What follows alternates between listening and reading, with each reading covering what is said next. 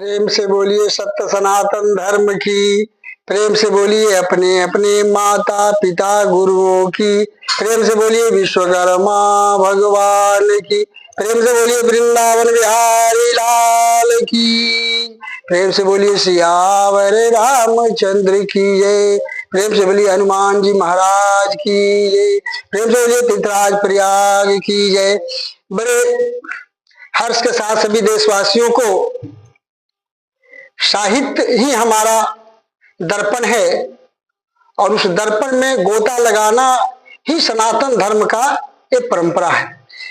आज भारत में एक बर्मा ही ऐसा राज्य है जो हिंदू राष्ट्र घोषित किया गया है और हमारे भारत देश में आज तमाम जगहों पर धरना प्रदर्शन चल रहा है, लेकिन हमारे संविधान में लिखा है धर्मनिरपेक्ष राज्य।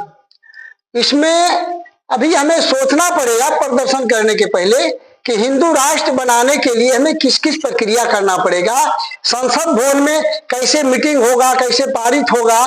उसके पहले अगर हम रोड शो कर रहे हैं, प्रदर्शन कर रहे हैं, तो इसमें पहले हमारे प्रधानमंत्री राष्ट्रपति मंत्रिमंडल में पहले विचार विमर्श कर लेना चाहिए, तब कहीं हम धरना प्रदर्शन करेंगे। ये हमारा सनातन धर्म का ये परंपरा है। तो हिंदू राष्ट्र तो बनना चाहिए, सब लोग चाहते हैं कि भारत को हिंदू राष्ट्र बनाना चाहिए।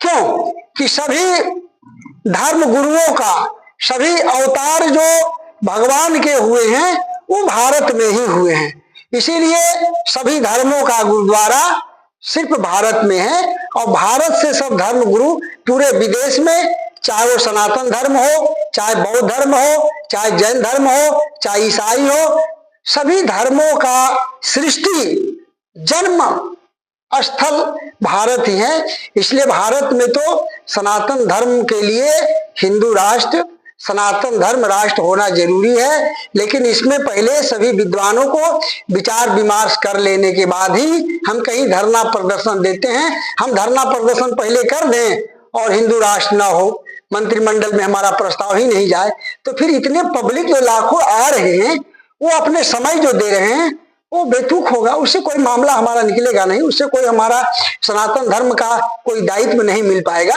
इसलिए सभी देशवासियों को, साधु संत विद्वानों आचार्यों से मेरा निवेदन है कि पहले पार्लियामेंट में जो भी अध्यक्ष हैं प्रधानमंत्री से विचार विमर्श कर लेना चाहिए कि संविधान का क्या रूल है, क्या कानून है, किस परंपरा में, किस दायित्व में हम इस संविधान को चेंज किया जा सकता है, नहीं किया जा सकता है।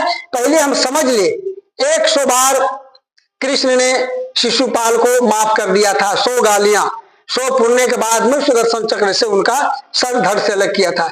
इसलिए कोई भी मानव किसी भी चीज करने के पहले 100 बार सोचना चाहिए, तो 101 बार में उसमें एंट्री मारना चाहिए।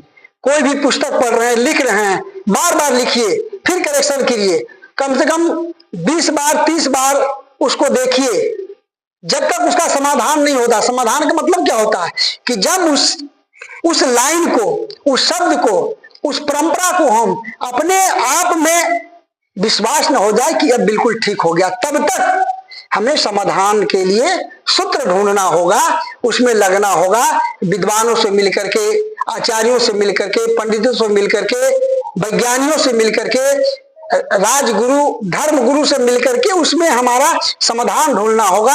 समाधान का मतलब है कि वो निर्णय हमारा हो गया कि ये काम होने वाला।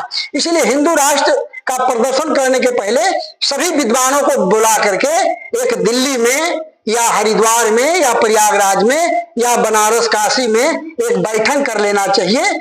उसमें मेन जो भी ट्रस्ट के अध्यक्ष होंगे, जो भी समुदाय के अध्यक्ष होंगे, सभी संप्रदाय के अध्यक्ष को बुला करके पूरे देश को एक मीटिंग किया जाए। उसके बाद मीटिंग करने के बाद कार्यकारिणी बनाया जाए, कार्यकारिणी बनाने के बाद पार्लियामेंट में प्रस्ताव को रखा जाए, तब हम आगे बढ़ेंगे, तब प्रदर्शन करेंगे। पहले हम अपने समय को बर्बाद ना करें। प्रेम से बोलिए सत्य सनातन धर्म की। अंतर्राष्ट्रीय विश्वकर्मा महाशक्ति पीठ के अनंत श्री विभूषित जगत गुरु विश्वकर्मा शंकराचार्य संत स्वामी दिलीप योगीराज तीर्थराज प्रयाग से शुभ संदेश।